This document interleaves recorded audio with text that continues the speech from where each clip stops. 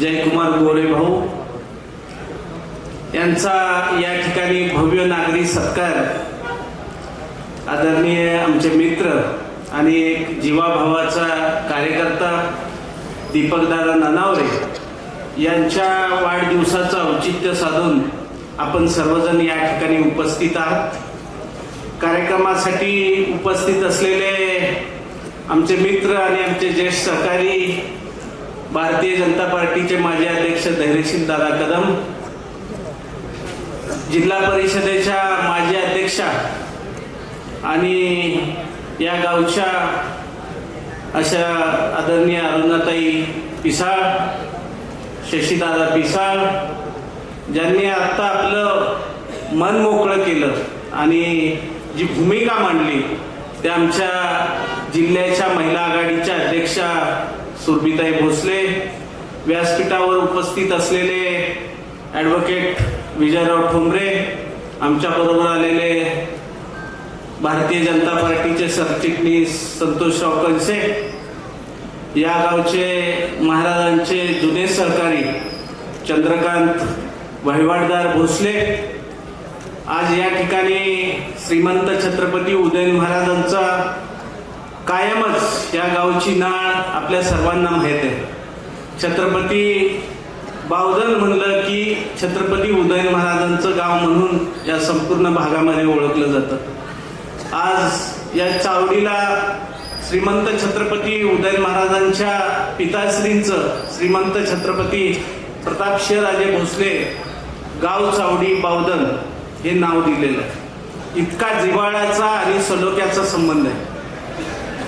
आज या ठिकाणी भाऊ आपल्या सत्काराचं नियोजन दीपकदादा मित्र समूहाच्या वतीनं अत्यंत मोठ्या उत्साहाच्या वातावरणात सादर केलं। आज मला वाटते जवळजवळ 11:15 वाजत आले, तेवढ्याच ताकदीनं आम्ही जवळजवळ 7-7:30ला येऊन बसलोय।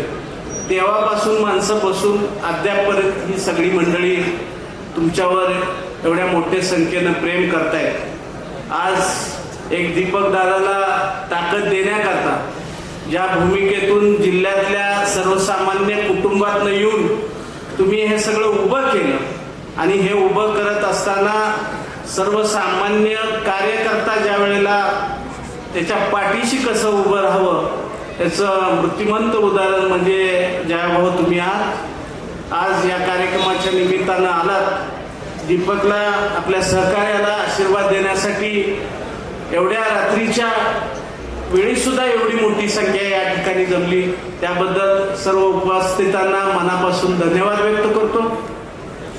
दीपकदादाच्या पाठीमागं आपल्या सर्वांचे नेते आदरणीय मदनदादा भोसले कायमस्वरूपी पाठीचे। छत्रपती उदयन महाराजांचं प्रेम, आशीर्वाद आणि या गावाला व्यक्तिगत सगळी काय मदत असेल ती महाराजांच्या माध्यमातून होत असते। आणि आज जयभाऊ सारखा एक तुमचा खंबीर मित्र म्हणून तुमच्या पाठीशी उभे असताना दीपकराव काय काळजी करायची गरज नाही। शशीदादा आता तुमच्या बरोबर आहे, त्यांच्या संदर्भात जयभाऊच बोलतील आणि ही तुमची जोडी कायमस्वरूपी अशीच पुढं। सुरभिताईंनी आपली भावना व्यक्त केली की आदरणीय प्रतापभाऊ आणि आदरणीय मदनदादा पिसाळ यांचे ज्या पद्धतीनं सलोख्याचे संबंध होते त्या पद्धतीनं त्यांच्या कुटुंबाच्या पुढच्या वाटचाली करत आपले विजयराव तरुण युवक मित्र आहेत। दीपकदादा अत्यंत तुमची वकिली योग्य माणसाने घेतली, त्यामुळे आता तुम्हाला काळजी करायची गरज नाही। पुनश्च एकदा एवढ्या उशिराहून आपण या कार्यक्रमाच्या निमित्तानं आलात। मी आपल्या सर्वांचं दैवत श्रीमंत छत्रपती शिवाजी महाराज यांचे थेट 13वे वंशज छत्रपती उदयन महाराजांच्या वतीनं आभाळभर अशा मनापासूनच्या शुभेच्छा व्यक्त करतो। या कार्यक्रमाच्या निमित्तानं आमचा मान सन्मान केला त्याबद्दल दीपकदादा मित्र समूहाला मनापासून धन्यवाद व्यक्त करून मी थांबतो। जय हिंद, जय महाराष्ट्र। धन्यवाद तात्या, आपण या ठिकाणी बोलला महाराज।